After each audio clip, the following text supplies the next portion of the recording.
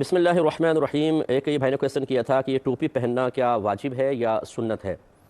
دیکھیں، اکثر سر ڈھک کر رکھنا یہ ہمارے نبی کریم صلی اللہ علیہ وسلم کی سنت کریمہ ہے، لیکن آپ نے جو سر ڈھکا ہے وہ بطور عبادت نہیں بلکہ بطور عادت۔ جیسے بعض اقوام کی عادت ہوتی ہے ہر وقت سر پہ، جیسے افغانستان وغیرہ میں پگڑی پہننے کا رواج ہے وہاں پر، تو شاید وہ امامے کی نیت سے بھی بہت سے لوگ نہ پہنتے ہوں، لیکن چونکہ کلچر بن گیا ہے تو وہ پہنتے ہیں۔ اسی طریقے سے عربوں کے ہاں سر ڈھک کر رکھنا ایک رواج تھا، ایک عادت تھی، بطور عبادت نہیں۔ نبی کریم صلی اللہ علیہ وسلم کا جو عمل عبادت شمار ہوتا ہے اسے ہمیں کرنا ہوگا، وہ سنت موقدہ بنتا ہے۔ اور اگر کسی چیز کو آپ نے بطور عادت اپنایا ہے تو وہ سنت غیر موقدہ یا مستحب میں ہوتا ہے۔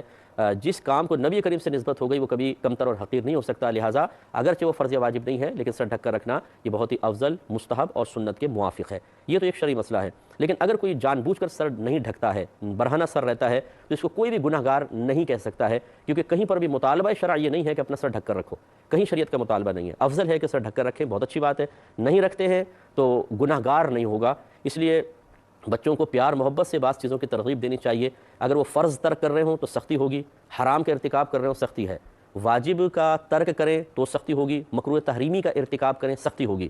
اس طرح سنت موقدہ چھوڑیں، ہمیں اس کو سختی سے روکنا ہوگا، اور اس کا خلاف یعنی اساءت کریں، برائی، یہ سنت موقدہ کا ترک اساءت کہلاتا ہے، تب بھی سختی کا حکم ہے۔ اس کی نچلا درجہ جو ہوتا ہے، یعنی اس جانب پہلے ہے فرض، واجب، سنت موقدہ، پھر آتی ہے غیر موقدہ اور مستحب، اور غیر موقدہ کا ترک مکروہ تنزیہی اور مستحب کا ترک خلاف اولیٰ کہلاتا ہے۔ اس میں شریعت نے خود سختی نہیں رکھی، کریں تو اچھا ہے، نہیں کریں تو کوئی گناہ نہیں۔ اسی طرح اگر اس کے مکروہ تنزیہی فعل سے بچیں تو بہت اچھی بات ہے، لیکن وہ کر لے تو گناہ گار نہیں ہوگا، حتیٰ کہ عادتاً بھی کرے تو گناہ گار نہیں ہوگا۔ اس لیے والدین کو، اور خصوصاً جو دینی طبقے سے وابستہ لوگ تبلیغ دین کرنے والے ہیں، انہیں اس پہ فرق کرنا بہت ضروری ہے۔